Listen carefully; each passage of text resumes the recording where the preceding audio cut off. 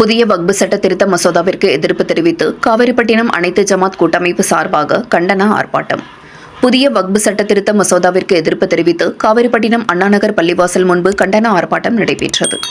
தற்போது அமலில் உள்ள வக்பு சட்டத்தில் திருத்தம் மேற்கொள்ள மத்திய அரசு திட்டமிட்டு வக்பு திருத்த மசோதா கடந்த ஆண்டு ஆகஸ்ட் 8ஆம் தேதி மக்களவையில் தாக்கல் செய்யப்பட்டது.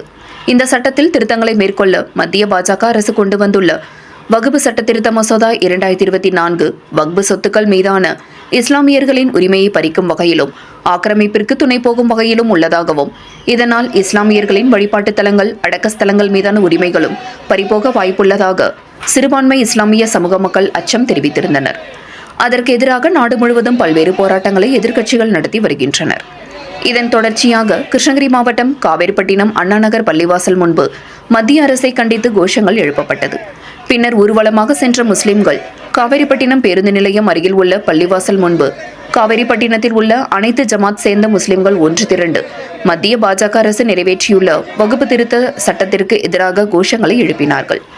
இந்த ஆர்ப்பாட்டத்தில் அண்ணாநகர் மஸ்ஜிதே நூருல் ஷேக், பள்ளிவாசல் முத்தவல்லி காதர், செயலாளர் அஸ்லாம்கான், துணை முத்தவல்லி ஜக்ரியா, உறுப்பினர்கள் KS அன்வர், துணை செயலாளர் யாரப்ஜான், அமைப்பு செயலாளர் சர்தார், இலியாஸ், ஜாகிர், சாஜித், பர்கத், ஷாஜான், பள்ளிவாசல் இமாம், இம்ரான், சாஹிப் மற்றும் அண்ணாநகர் பகுதியைச் சேர்ந்த ஏராளமான முஸ்லிம்கள் உள்ளிட்ட காவிரிப்பட்டினம் அனைத்து ஜமாத்தைச் சேர்ந்த ஆண்கள், பெண்கள் என 500க்கும் மேற்பட்டோர் கலந்து கொண்டு மத்திய அரசை கண்டித்து கோஷங்கள் எழுப்பினர்.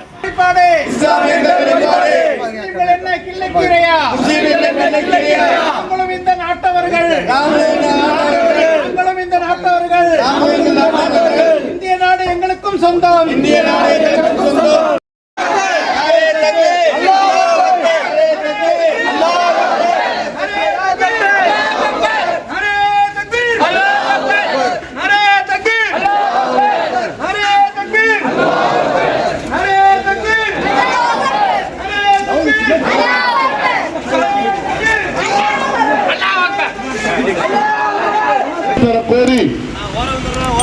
நான் எழுப்ப ஒன்றிய பாஜக அரசை கண்டிக்கின்றோம். ரத்து செய். வக்பு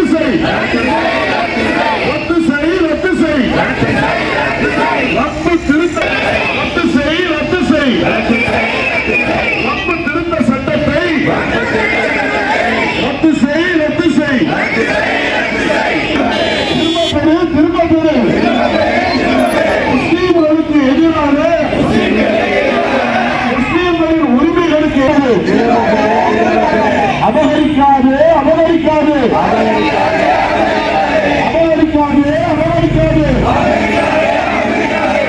சொத்தை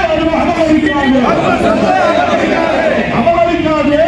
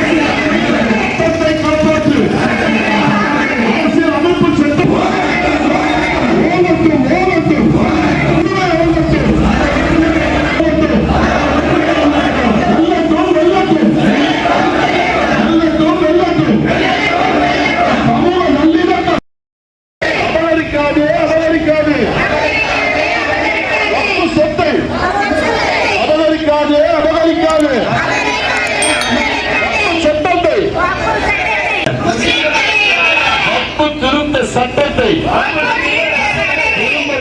திரும்ப பெறு. உங்கள் பகுதி செய்திகளை உடனுக்குடன் தெரிந்து கொள்ள கிறிஸ் டிவி தமிழ் சேனலை சப்ஸ்கிரைப் செய்யுங்க, லைக் பண்ணுங்க, ஷேர் பண்ணுங்க.